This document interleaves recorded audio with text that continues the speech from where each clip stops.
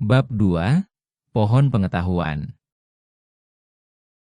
Dalam bab sebelumnya kita melihat bahwa meskipun sapiens sudah menghuni Afrika Timur 150.000 tahun lalu, mereka mulai menjelajah wilayah lain di planet bumi dan mendorong spesies manusia lain punah baru sekitar 70.000 tahun lalu. Selama beberapa milenium penghubung, sekalipun sapiens kuno ini tampak seperti kita dan otak mereka sebesar otak kita, mereka tidak menikmati keunggulan yang menonjol atas spesies-spesies manusia lainnya, tidak menghasilkan alat-alat yang sangat canggih, dan tidak bisa mengerjakan pekerjaan-pekerjaan lain yang istimewa. Faktanya, dalam pertemuan pertama yang tercatat antara sapiens dan Neanderthal, Neanderthal lah yang menang. Sekitar 100.000 tahun lalu, sekelompok sapiens bermigrasi ke utara menuju Levant, yang merupakan teritori Neanderthal, tetapi gagal menancapkan pijakannya. Mungkin itu disebabkan oleh penghuni pribumi, iklim yang buruk, atau tak terbiasa dengan parasit-parasit lokal. Apapun penyebabnya, sapiens pada akhirnya mundur, meninggalkan Neanderthal sebagai penguasa Timur Tengah. Prestasi buruk ini membuat para ahli berspekulasi bahwa struktur internal otak sapiens ini mungkin berbeda dari kita. Mereka tampak seperti kita, tetapi kemampuan kognitif mereka, belajar, mengingat, berkomunikasi, jauh lebih terbatas. Mengajari sapiens kuno seperti itu berbahasa Inggris, mengajarkan kebenaran dogma Kristen, memahamkan mereka teori evolusi mungkin menjadi pekerjaan yang sia-sia. Sebaliknya, kita mungkin akan sangat kesulitan mempelajari bahasanya dan memahami cara berpikirnya. Akan tetapi, kemudian, diawali sekitar 70.000 tahun lalu, Homo sapiens mulai melakukan hal-hal yang sangat khusus. Pada sekitar masa itu beberapa rombongan sapiens meninggalkan Afrika untuk kali kedua. Kali ini mereka mengusir Neanderthal dan semua spesies manusia lainnya tidak hanya dari Timur Tengah, tetapi juga dari permukaan bumi. Dalam periode yang sangat singkat, sapiens mencapai Eropa dan Asia Timur. Sekitar 45.000 tahun lalu, mereka menyeberangi laut terbuka dan mendarat di Australia, sebuah benua yang belum pernah terjangkau oleh manusia. Dalam periode dari sekitar 70.000 tahun lalu sampai sekitar 30.000 tahun lalu muncullah penemuan perahu, lampu minyak, busur dan panah, serta jarum, yang diperlukan untuk menjahit baju hangat. Benda-benda pertama yang pantas disebut sebagai seni dan perhiasan muncul dari era ini, sebagaimana bukti tak terbantahkan untuk agama, perdagangan, dan stratifikasi sosial. Sebagian besar peneliti percaya bahwa pencapaian yang belum pernah ada sebelumnya itu merupakan produk dari sebuah revolusi kemampuan kognitif sapiens. Mereka mengemukakan bahwa orang-orang yang memusnahkan Neanderthal, yang berdiam di Australia, dan memahat patung manusia singa, Stade Lion Man, adalah orang-orang yang pintar, kreatif, dan sensitif seperti kita. Andai saja kita bisa bertemu dengan para seniman gua Stadel, kita tentu bisa belajar bahasa mereka dan mereka belajar bahasa kita. Kita akan bisa menjelaskan kepada mereka segala hal yang kita tahu, dari petualangan Alice in Wonderland sampai ke paradoks fisika kuantum, dan mereka bisa mengajari kita bagaimana pandangan orang-orang mereka tentang dunia. Munculnya dua cara baru dalam berpikir dan berkomunikasi, antara 70.000 tahun dan 30.000 tahun lalu, merupakan revolusi kognitif. Apa penyebabnya? Kita tidak tahu. Teori yang paling banyak dipercaya mengemukakan bahwa mutasi genetik tanpa sengaja mengubah penyambungan sel-sel otak sapiens, memungkinkan mereka berpikir dalam cara yang belum pernah ada sebelumnya dan berkomunikasi dengan satu jenis bahasa yang sama sekali baru. Kita bisa menyebutnya mutasi pohon pengetahuan. Mengapa itu lebih mungkin terjadi pada DNA sapiens ketimbang Neanderthal? Sejauh yang bisa kita pahami, itu semata-mata masalah kesempatan saja. Namun, yang lebih penting untuk dipahami adalah konsekuensi dari mutasi pohon pengetahuan ketimbang penyebabnya. Apa keistimewaan bahasa baru sapiens yang memungkinkan kita menaklukkan dunia? Itu bukan bahasa yang pertama. Setiap binatang punya sebentuk bahasa. Bahkan serangga, seperti lebah dan semut, tahu bagaimana berkomunikasi dengan cara yang canggih, menginformasikan ke rekannya tentang keberadaan makanan. Itu juga bukan bahasa vokal pertama. Banyak binatang, termasuk semua spesies kera dan monyet, memiliki bahasa vokal. Misalnya, kera hijau menggunakan seruan-seruan yang bermacam-macam jenisnya untuk berkomunikasi. Para ahli binatang telah mengidentifikasi salah satu seruan itu berarti, "Hati-hati, ada elang." Seruan yang agak berbeda bermakna peringatan, "Awas, ada singa." Ketika peneliti memutar rekaman seruan pertama ke sekelompok monyet, monyet-monyet itu berhenti dari apa yang sedang mereka lakukan dan mendongak ke atas dalam ketakutan. Ketika kepada kelompok yang sama diperdengarkan seruan kedua, peringatan adanya singa, mereka cepat-cepat memanjat pohon. Sapiens bisa menghasilkan lebih banyak suara berbeda ketimbang monyet hijau, tetapi lumba-lumba dan gajah punya kemampuan yang sama mengesankannya. Seekor beo bisa mengatakan apapun yang dikatakan Albert Einstein, selain menirukan suara-suara dering telepon, bantingan pintu, dan raungan sirine. Apapun keunggulan Einstein atas beo, jelas itu bukan vokal. Kalau begitu, apa sesungguhnya yang istimewa dari bahasa? Jawaban yang paling umum adalah bahwa bahasa kita luar biasa luas. Kita bisa menghubungkan sejumlah terbatas bunyi dan tanda untuk menghasilkan kalimat dalam jumlah tak terbatas, masing-masing dengan makna yang berbeda. Dengan itu kita bisa mencerna, menyimpan, dan mengkomunikasikan informasi dalam jumlah yang luar biasa besar tentang dunia sekeliling. Seekor monyet hijau bisa berteriak ke rekan-rekannya, "Hati-hati, ada singa." Namun, seorang manusia modern bisa memberitahu teman-temannya bahwa pagi ini, dekat tikungan sungai, dia melihat seekor singa mengikuti kawanan bison. Dia kemudian bisa menjelaskan lokasi pastinya, termasuk jalan-jalan yang berbeda menuju ke arah sana. Dengan informasi ini, para anggota rombongannya bisa berkumpul bersama dan membahas apakah mereka akan mendekati sungai itu untuk menghindari singa dan memburu bison. Teori kedua menyetujui bahwa bahasa kita yang unik berevolusi sebagai sarana berbagi informasi tentang dunia. Namun, informasi paling penting yang harus disampaikan adalah tentang manusia, bukan tentang singa dan bison. Bahasa kita berevolusi menjadi cara bergosip. Menurut teori ini, Homo sapiens pada dasarnya adalah binatang sosial. Kerja sama sosial adalah kunci bertahan dan reproduksi kita. Tidak cukup bagi laki-laki dan perempuan untuk tahu keberadaan singa dan bison. Yang jauh lebih penting bagi mereka adalah tahu siapa dalam kalangan mereka membenci siapa, siapa tidur dengan siapa yang jujur, dan siapa penipu. Jumlah informasi yang harus didapat dan disimpan oleh seseorang untuk melacak hubungan-hubungan yang berubah-ubah di antara beberapa puluh individu sungguh mengejutkan. Dalam satu kawanan 50 individu, ada 1.225 hubungan satu-satu, dan kombinasi sosial rumit yang tak terhitung. Semua kera menunjukkan minat tinggi pada informasi sosial seperti itu, tetapi mereka kesulitan bergosip secara efektif. Neanderthal dan Homo sapiens kuno juga kesulitan berbicara sembunyi-sembunyi di belakang temannya. Kemampuan yang kebanyakan berisi untuk menjelek-jelekan orang lain nyatanya penting untuk kerjasama dalam kawanan dengan jumlah besar.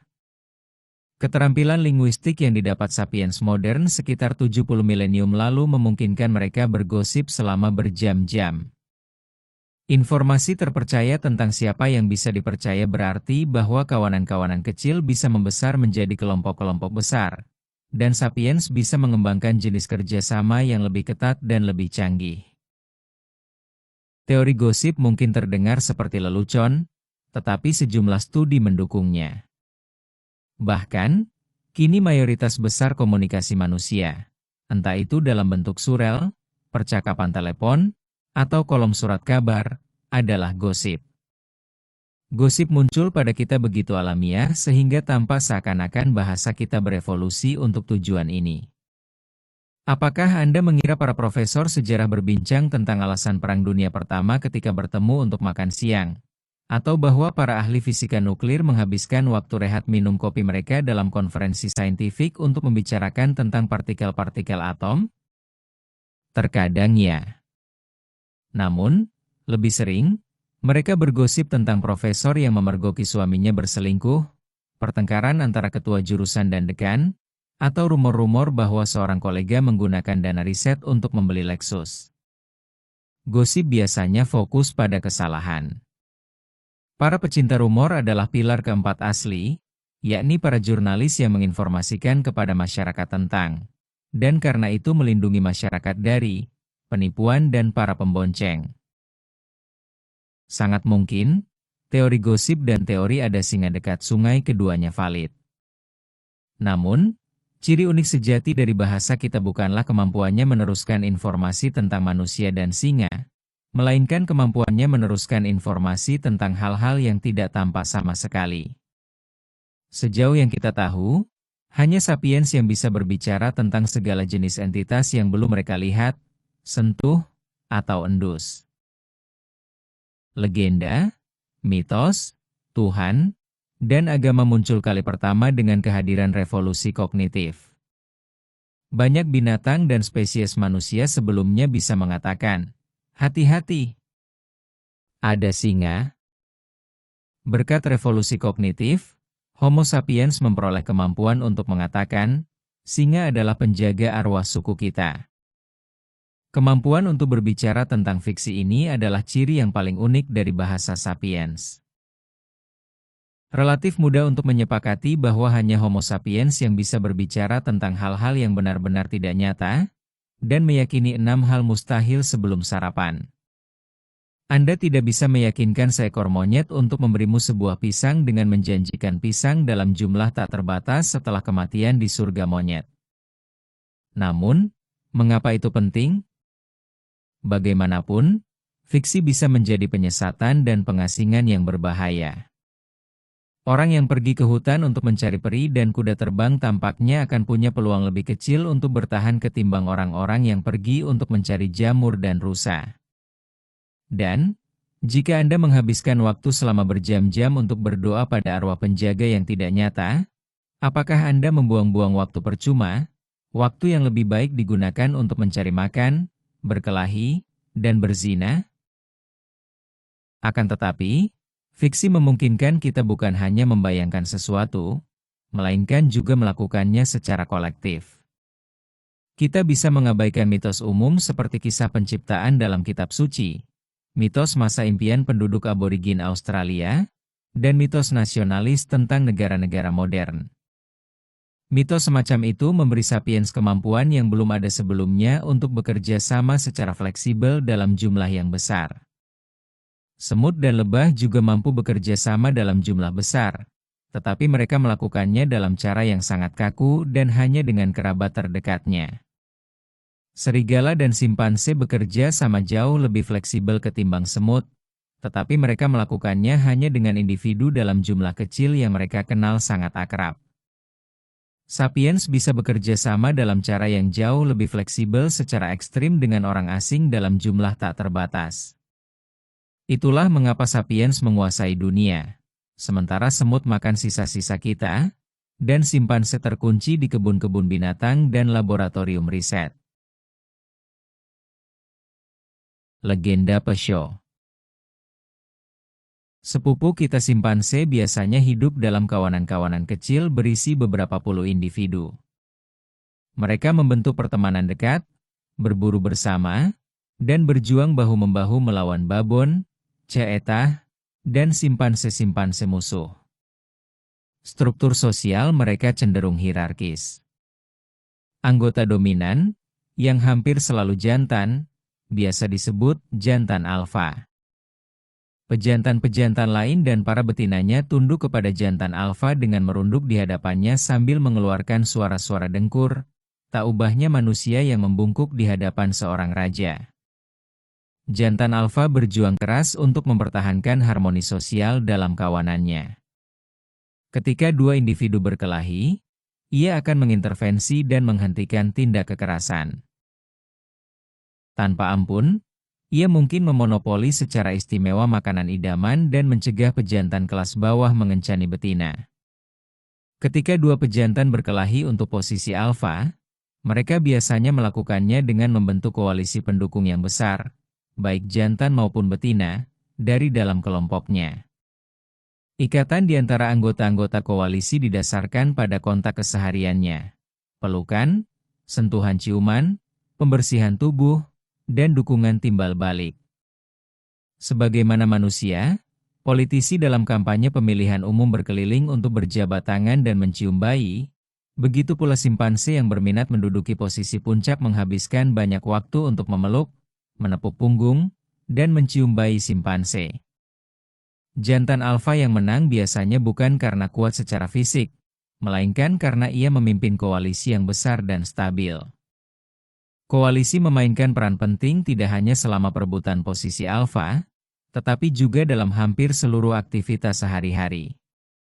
Para anggota koalisi menghabiskan lebih banyak waktu bersama, berbagi makanan, dan membantu temannya yang kesulitan. Ada batas yang tegas ukuran kelompok yang bisa dibentuk dan bertahan dengan cara itu. Agar berfungsi, semua anggota kelompok harus saling mengenal secara intim. Dua simpanse yang tidak pernah bertemu, tidak pernah berkelahi, dan tidak pernah terlibat dalam saling membersihkan badan tidak akan tahu apakah mereka bisa saling percaya, dan mana di antara mereka yang kedudukannya lebih tinggi. Dalam kondisi alamiah, satu kawanan simpanse biasanya beranggotakan sekitar 20-50 individu. Ketika jumlah simpanse dalam satu kelompok meningkat, keteraturan sosial goyah, akhirnya mengarah ke perpecahan dan pembentukan kawanan baru oleh sebagian anggota dalam kelompok itu. Hanya dalam kasus yang sangat sedikit, para ahli binatang mengamati kelompok-kelompok yang lebih besar dari 100 simpanse. Kelompok-kelompok simpanse jarang yang bekerja sama, dan cenderung bersaing untuk teritori dan makanan. Para periset telah mendokumentasikan perang panjang antar kelompok, dan bahkan dalam satu kasus aktivitas, genosida, terjadi, yang di dalamnya satu kawanan secara sistematis membantai sebagian besar anggota kawanan lain. Pola-pola serupa mungkin mendominasi kehidupan sosial manusia awal, termasuk Homo sapiens kuno. Manusia, seperti simpanse, memiliki naluri sosial yang memungkinkan para leluhur kita membentuk pertemanan dan hierarki, dan memburu atau berkelahi bersama-sama. Namun, sebagaimana naluri sosial simpanse, manusia-manusia itu teradaptasi hanya untuk kelompok intim kecil. Ketika kelompok tumbuh terlalu besar, keteraturan sosialnya goyah dan kelompok terpecah. Andaipun satu lembah subur bisa menghidupi 500 sapiens kuno, tidak mungkin begitu banyak orang asing bisa hidup bersama-sama. Bagaimana mereka menyepakati siapa yang menjadi pemimpin, siapa yang harus memburu di mana, atau siapa yang berpasangan dengan siapa? Dengan munculnya revolusi kognitif, gosip membantu Homo sapiens membentuk kawanan yang lebih besar dan lebih stabil. Namun, bahkan gosip pun punya keterbatasan. Riset dalam bidang sosiologi telah menunjukkan bahwa maksimum ukuran alamiah yang diikat oleh gosip adalah sekitar 150 individu. Sebagian besar anggota tidak mungkin bisa mengenal secara intim, atau menggosip secara efektif tentang lebih dari 150 anggota. Bahkan, pada masa kini, ambang batas kritis organisasi manusia jatuh pada kisaran angka ajaib ini. Di bawah ambang batas ini, komunitas, bisnis, jaringan sosial, dan kesatuan militer bisa mempertahankan diri yang didasarkan terutama pada perkenalan intim dan kegandrungan rumor. Tak dibutuhkan pangkat formal, jabatan, dan buku aturan untuk menjaga ketertiban. Satu peleton yang berisi 30 tentara atau bahkan satu kompi berisi 100 tentara bisa berfungsi baik atas dasar hubungan akrab, dengan disiplin formal yang minim. Seorang sersan yang sangat dihormati bisa menjadi raja kompi dan menegakkan otoritasnya, bahkan kepada seorang opsir yang bertugas. Satu bisnis keluarga bisa bertahan dan berkembang tanpa dewan direktur, seorang CEO atau satu departemen akunting. Namun, begitu ambang batas 150 orang terlampaui, keadaannya tidak bisa begitu lagi. Anda tidak bisa menjalankan satu divisi dengan ribuan tentara seperti Anda memimpin satu peleton. Bisnis keluarga yang sukses biasanya menghadapi krisis ketika tumbuh lebih besar dan mempekerjakan lebih banyak personel. Jika tak bisa memperbarui diri, perusahaan itu akan pecah. Bagaimana bisa Homo sapiens berhasil melampaui ambang batas kritis ini, yang pada akhirnya mendirikan kota-kota berpenduduk puluhan ribu penghuni dan imperium yang menguasai ratusan juta orang? Rahasianya mungkin adalah munculnya fiksi tadi. Orang asing dalam jumlah besar bisa bekerja sama dengan sukses dengan meyakini mitos bersama. Setiap kerjasama manusia dalam skala besar, entah itu negara modern, gereja abad pertengahan, kota kuno, atau suku kuno, berakar pada mitos bersama yang muncul hanya pada imajinasi kolektif orang-orang. Gereja berakar pada mitos religius bersama. Dua orang Katolik yang tidak pernah saling bertemu bisa bersama-sama dalam perang salib atau menggalang dana untuk membangun rumah sakit karena mereka sama-sama yakin bahwa Tuhan berinkarnasi dalam daging manusia dan memungkinkan dirinya disalib untuk menebus dosa-dosa kita. Negara berakar dari mitos kebangsaan bersama.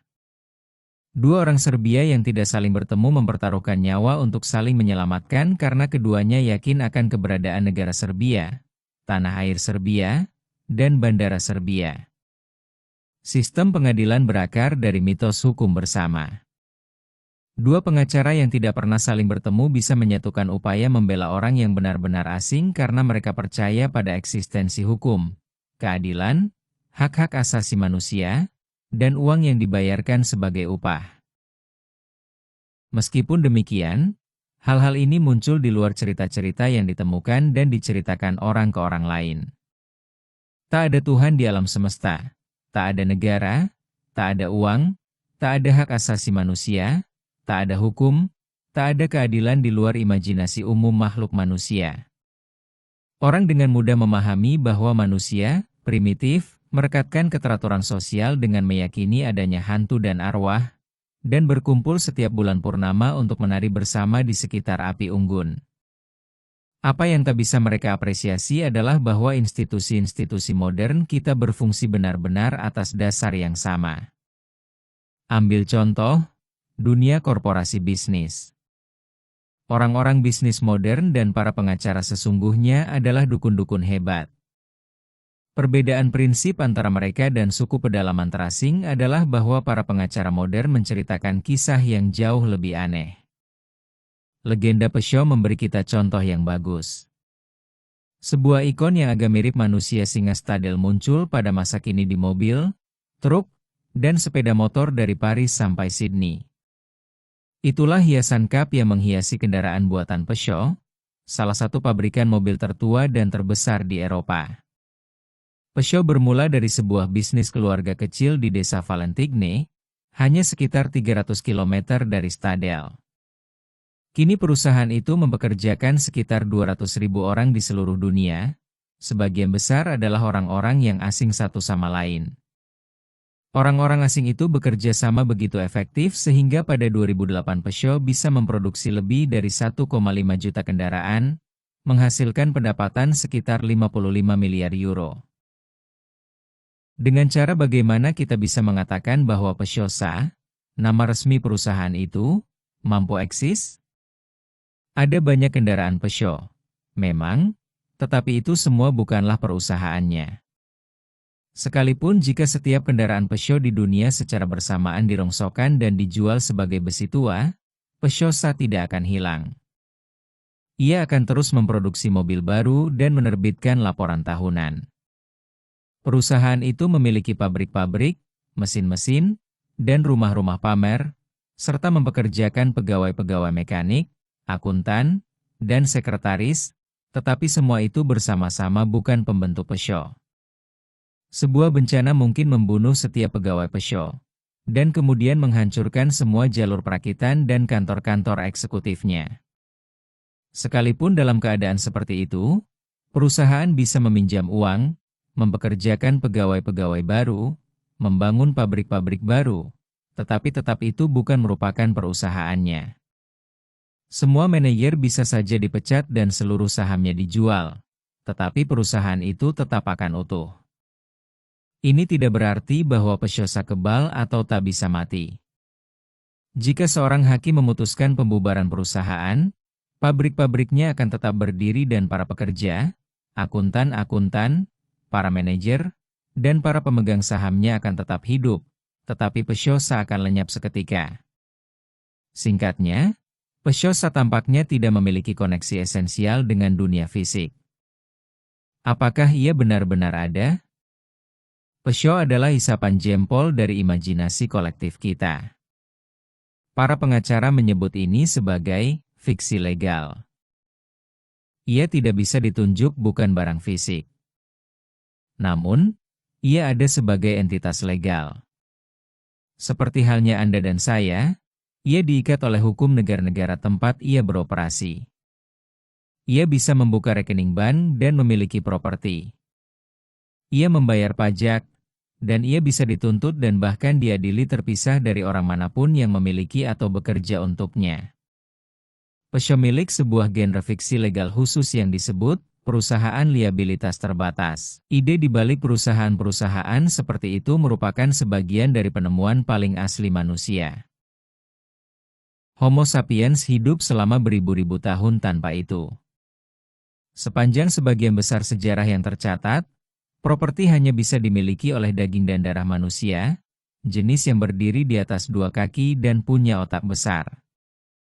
Jika pada abad ke-13 Franz Jean mendirikan bengkel pembuat kereta, dia sendirilah bisnisnya. Jika sebuah kereta yang dia buat rusak sepekan setelah pembuatan, pembeli yang sewot akan menuntut Jean secara pribadi. Jika Jean sudah meminjam 1.000 koin emas untuk mendirikan bengkelnya dan bisnis itu gagal, dia harus membayar kembali utangnya dengan menjual properti pribadinya, rumah, sapi, tanah. Dia mungkin bahkan harus menjual anak-anaknya sebagai tebusan. Jika dia tidak bisa membayar utang, dia bisa dijebloskan ke penjara oleh negara atau diperbudak oleh pemberi kredit. Dia sepenuhnya bisa dimintai pertanggungjawaban, tanpa batas, atas seluruh kewajiban yang ditimbulkan oleh bengkelnya. Jika hidup pada masa itu, Anda mungkin akan berpikir dua kali sebelum membuka usaha sendiri. Dan, sungguh situasi legal ini menghambat kewirausahaan. Orang-orang takut memulai bisnis baru dan menanggung resiko ekonominya. Nyaris tidak ada untungnya mengambil kesempatan yang bisa membawa keluarganya jatuh ke kemelaratan. Itulah mengapa orang mulai secara kolektif membayangkan eksistensi perusahaan liabilitas terbatas. Perusahaan-perusahaan semacam itu secara legal independen dari orang yang mendirikannya, atau menginvestasikan uang ke dalamnya, atau mengelolanya. Selama beberapa abad terakhir ini, perusahaan semacam itu telah menjadi pemain-pemain utama dalam arena ekonomi, dan kita semakin terbiasa dengannya sehingga kita lupa bahwa perusahaan seperti itu hanya eksis dalam imajinasi kita. Di Amerika Serikat, istilah teknis untuk perusahaan liabilitas terbatas adalah korporasi, yang ironis, karena istilah itu berasal dari corpus, tubuh dalam bahasa Latin, satu hal yang tidak dimiliki oleh korporasi-korporasi ini. Meskipun tidak memiliki tubuh real, sistem legal Amerika memperlakukan korporasi-korporasi sebagai person legal, seakan-akan mereka adalah daging dan darah makhluk manusia. Demikian pula halnya dengan sistem legal Perancis pada 1896, ketika Armand Peugeot, yang mewarisi dari kedua orang tuanya sebuah bengkel logam yang memproduksi pegas, gergaji, dan sepeda, memutuskan untuk memasuki bisnis otomotif. Untuk keperluan itu, dia mendirikan sebuah perusahaan liabilitas terbatas. Dia menamai perusahaan itu dari namanya sendiri, tetapi perusahaan itu independen dari dirinya. Jika salah satu mobil rusak, pembeli bisa menuntut Peugeot, tetapi bukan Armand Peugeot. Jika perusahaan meminjam jutaan frank dan kemudian gulung tikar, Armand Peugeot tidak berutang pada pemberi kredit 1 frank pun. Pinjaman itu, bagaimanapun, sudah diberikan ke Peugeot, perusahaan, bukan kepada Armand Peugeot, sang Homo sapiens. Armand Peugeot meninggal pada 1915. Peugeot, perusahaan itu, masih hidup dan sehat. Bagaimana sesungguhnya Armand Peugeot? Orangnya, menciptakan Peugeot, perusahaan? Caranya sama dengan para pendeta dan dukun menciptakan Tuhan dan setan sepanjang sejarah, dan cara yang di dalamnya ribuan cures, ahli pengobatan, Prancis masih menciptakan tubuh Kristus setiap minggu di gereja-gereja. Semua itu berkisar pada penceritaan kisah-kisah, dan upaya meyakinkan orang agar mempercayainya. Dalam kasus cures Prancis, kisah krusialnya adalah bahwa kehidupan dan kematian Kristus sebagaimana diceritakan oleh Gereja Katolik. Menurut cerita ini, pendeta Katolik yang mengenakan kain suci mengatakan penuh hikmat kata-kata yang tepat pada saat yang tepat. Roti anggur duniawi berubah menjadi daging dan darah Tuhan. Pendeta berseru, "Hoc est corpus meum." Ungkapan Latin yang berarti, "Ini tubuh saya," dan "Hocus pocus," roti berubah menjadi daging Kristus. Melihat teratur dan hikmatnya pendeta menjalankan semua prosedur itu, jutaan pemeluk Katolik Prancis berperilaku seakan-akan Tuhan benar-benar ada dalam roti dan anggur yang disucikan itu. Dalam kasus Peugeot, kisah krusialnya adalah ayat hukum, sebagaimana ditulis oleh Parlemen Prancis. Menurut para legislator Prancis, jika seorang pengacara bersertifikat mengikuti semua liturgi dan ritual yang benar, menulis semua mantra dan sumpah yang diwajibkan pada selembar kertas yang dihiasi sangat bagus, dan membubuhkan tanda tangannya yang penuh hiasan di bagian bawah dokumen, maka abracadabra sebuah perusahaan baru telah didirikan. Ketika Armand Peugeot, pada 1896, ingin menciptakan perusahaannya, dia membayar seorang pengacara menjalankan semua prosedur suci itu. Begitu pengacara selesai melakukan ritual yang benar dan melafalkan semua mantra dan sumpah yang diperlukan, jutaan penduduk Prancis yang berdiri tegak berperilaku seakan-akan perusahaan Peugeot benar-benar ada. Menceritakan kisah-kisah yang efektif tidaklah mudah. Kesulitannya tidak terletak pada bagaimana menceritakan kisah itu, tetapi pada bagaimana meyakinkan setiap orang lain untuk mempercayainya. Banyak sejarah berkisar pada pertanyaan ini.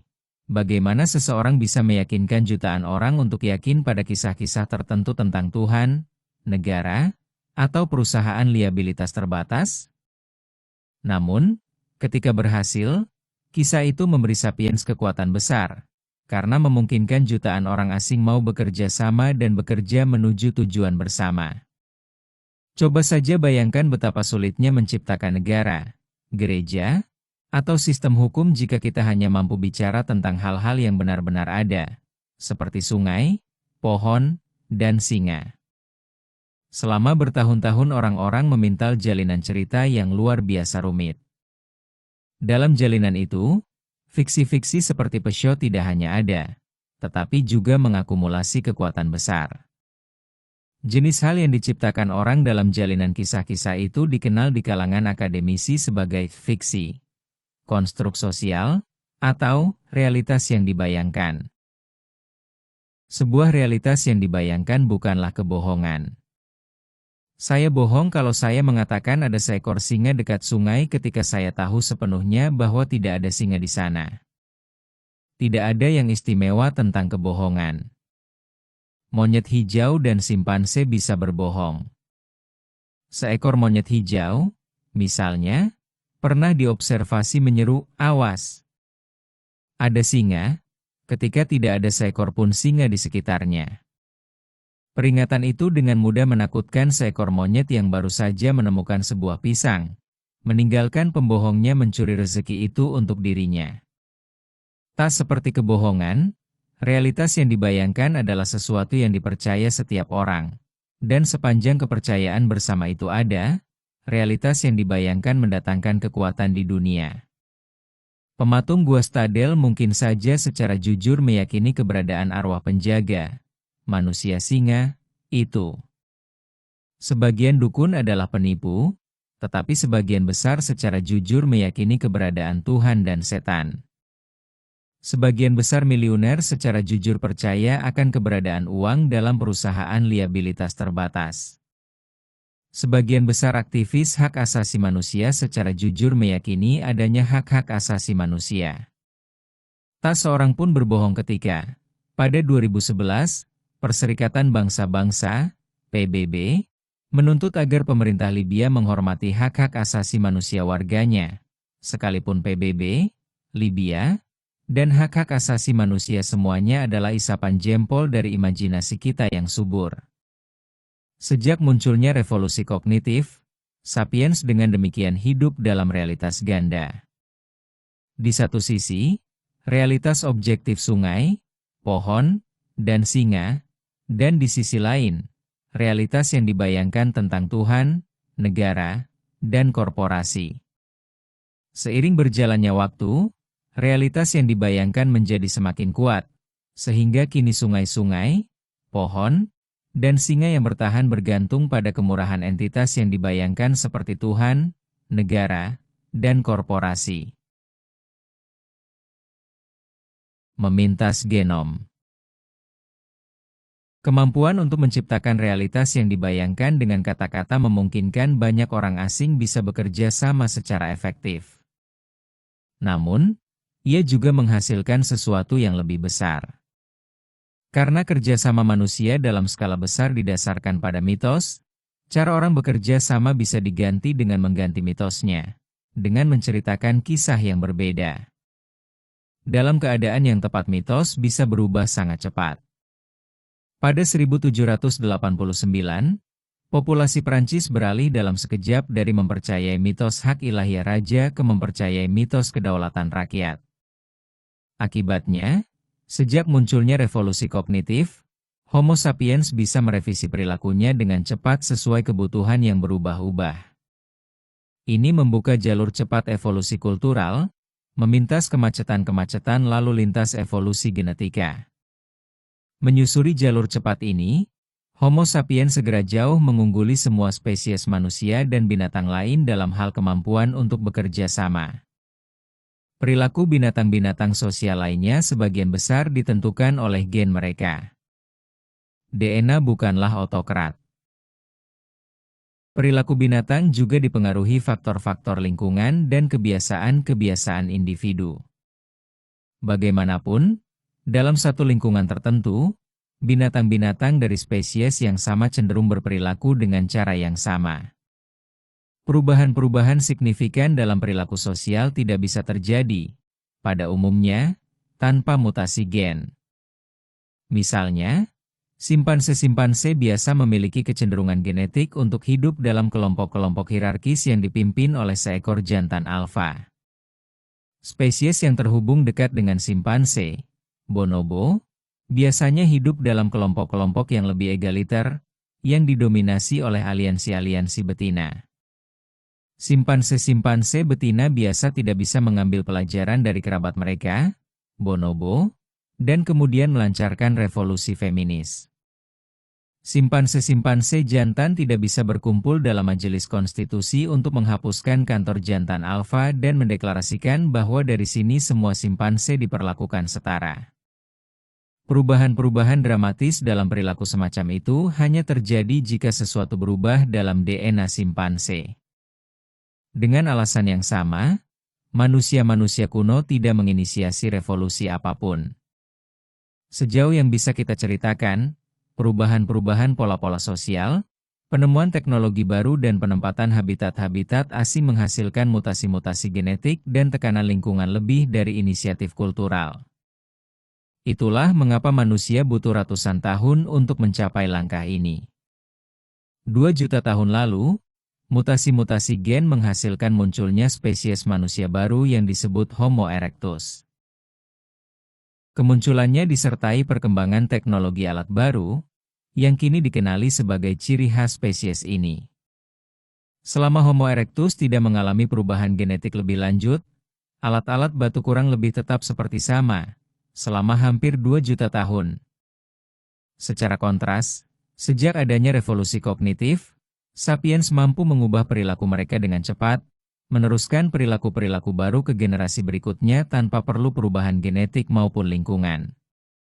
Satu contoh yang sangat bagus, lihatlah perulangan kaum elit tak beranak, seperti kepastoran Katolik, ajaran monastik Buddha dan birokrasi orang Kasim Cina.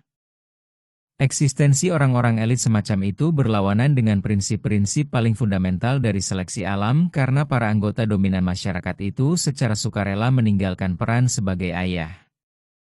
Kalau jantan alfa simpanse menggunakan kekuasaannya untuk berhubungan seks dengan sebanyak mungkin betina, dan konsekuensinya menjadi ayah dari barisan muda dalam jumlah besar, jantan alfa Katolik abstain sepenuhnya dari hubungan seksual dan perawatan anak. Pilihan abstain itu bukan akibat dari kondisi lingkungan yang unik seperti kelangkaan pangan yang parah atau keinginan pasangan potensial. Bukan pula hasil dari perilaku tertentu akibat mutasi genetik. Gereja Katolik telah bertahan selama berabad-abad, tidak dengan memintas gen selibat dari satu paus ke paus berikutnya, melainkan dengan cerita-cerita perjanjian baru dan hukum kanon Katolik.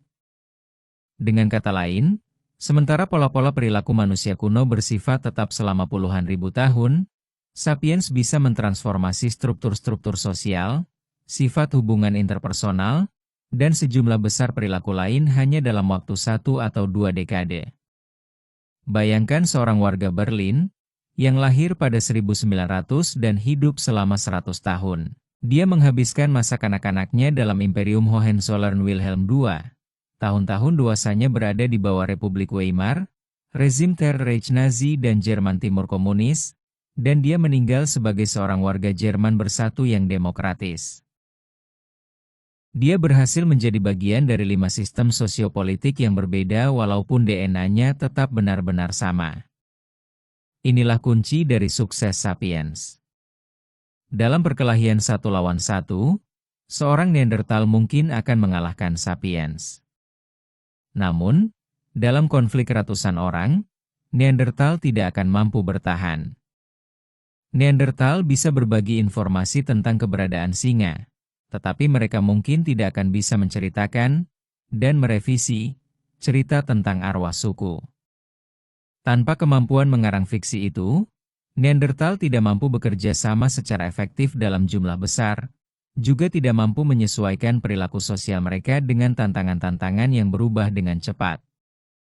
Meskipun kita tidak bisa masuk ke dalam pikiran Neanderthal untuk memahami bagaimana cara berpikir mereka, kita punya bukti tidak langsung tentang keterbatasan kognisi mereka dibandingkan dengan rival sapiensnya. Para arkeologis yang menggali situs-situs sapiens yang berusia 30.000 tahun di jantung Eropa sesekali menemukan di sana kerang-kerang laut dari pesisir Mediterania dan Atlantik.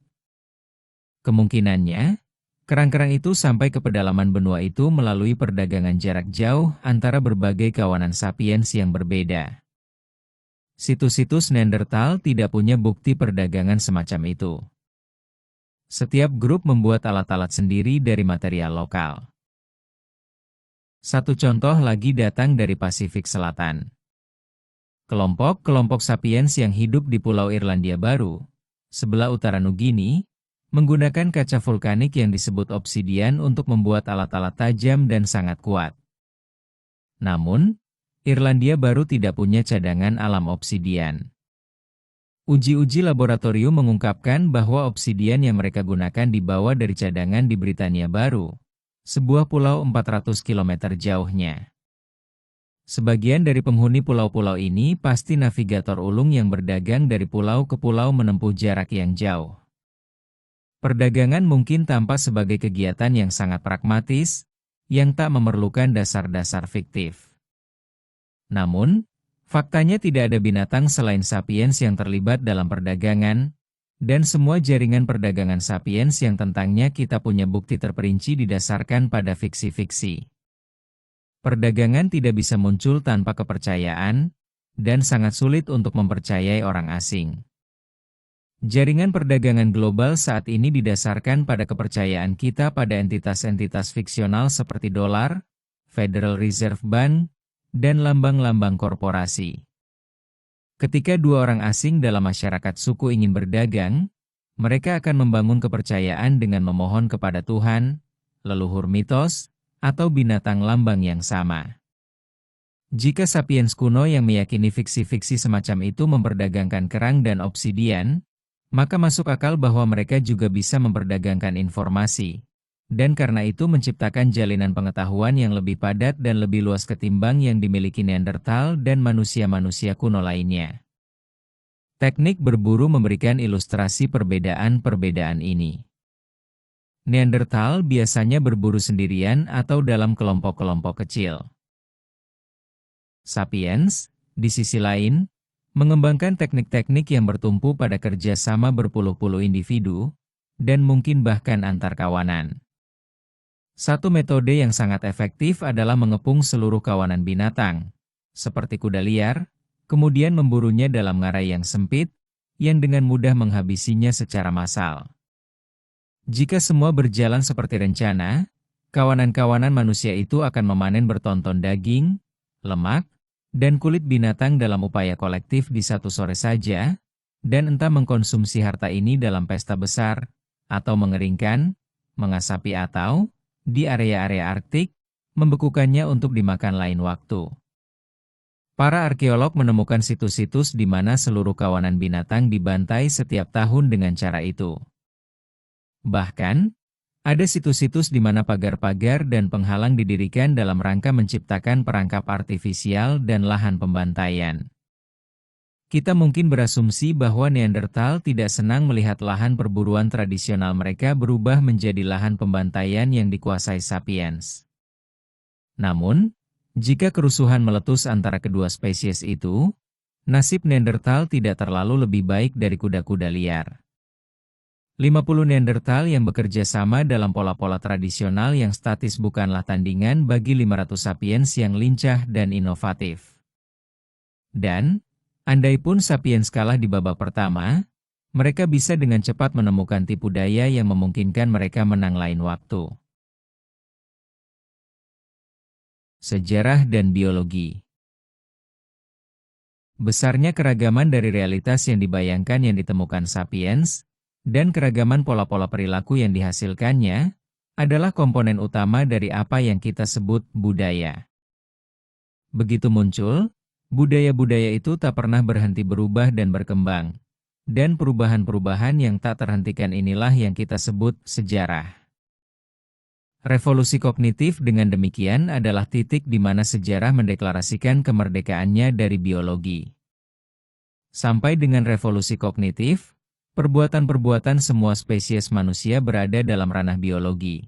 Atau, jika Anda lebih menyukai prasejarah, saya cenderung menghindari istilah prasejarah karena itu secara keliru membawa makna. Bahkan sebelum revolusi kognitif, manusia ada dalam kategorinya sendiri. Sejak revolusi kognitif dan seterusnya, narasi-narasi sejarah menggantikan teori-teori biologi sebagai sarana utama kita dalam menjelaskan perkembangan Homo sapiens. Untuk memahami munculnya Kristianitas atau Revolusi Perancis, tidak cukup dengan memahami interaksi gen-gen, hormon-hormon, dan organisme-organisme. Diperlukan pula untuk mempertimbangkan interaksi ide-ide, gambar-gambar, dan fantasi-fantasi. Ini tidak berarti bahwa Homo sapiens dan kebudayaan manusia dikecualikan dari hukum-hukum biologi. Kita masih tetap binatang dan kemampuan fisik, emosional, dan kognitif kita masih dibentuk oleh DNA kita. Masyarakat kita dibentuk dari blok-blok bangunan yang sama sebagaimana masyarakat Neanderthal atau simpanse, dan semakin jauh kita mencermati blok-blok bangunan ini, sensasi, emosi, ikatan keluarga, semakin sedikit perbedaan yang kita temukan antara kita dan kera-kera lain. Meskipun demikian, keliru kalau kita mencari perbedaan-perbedaan pada level individual dan keluarga.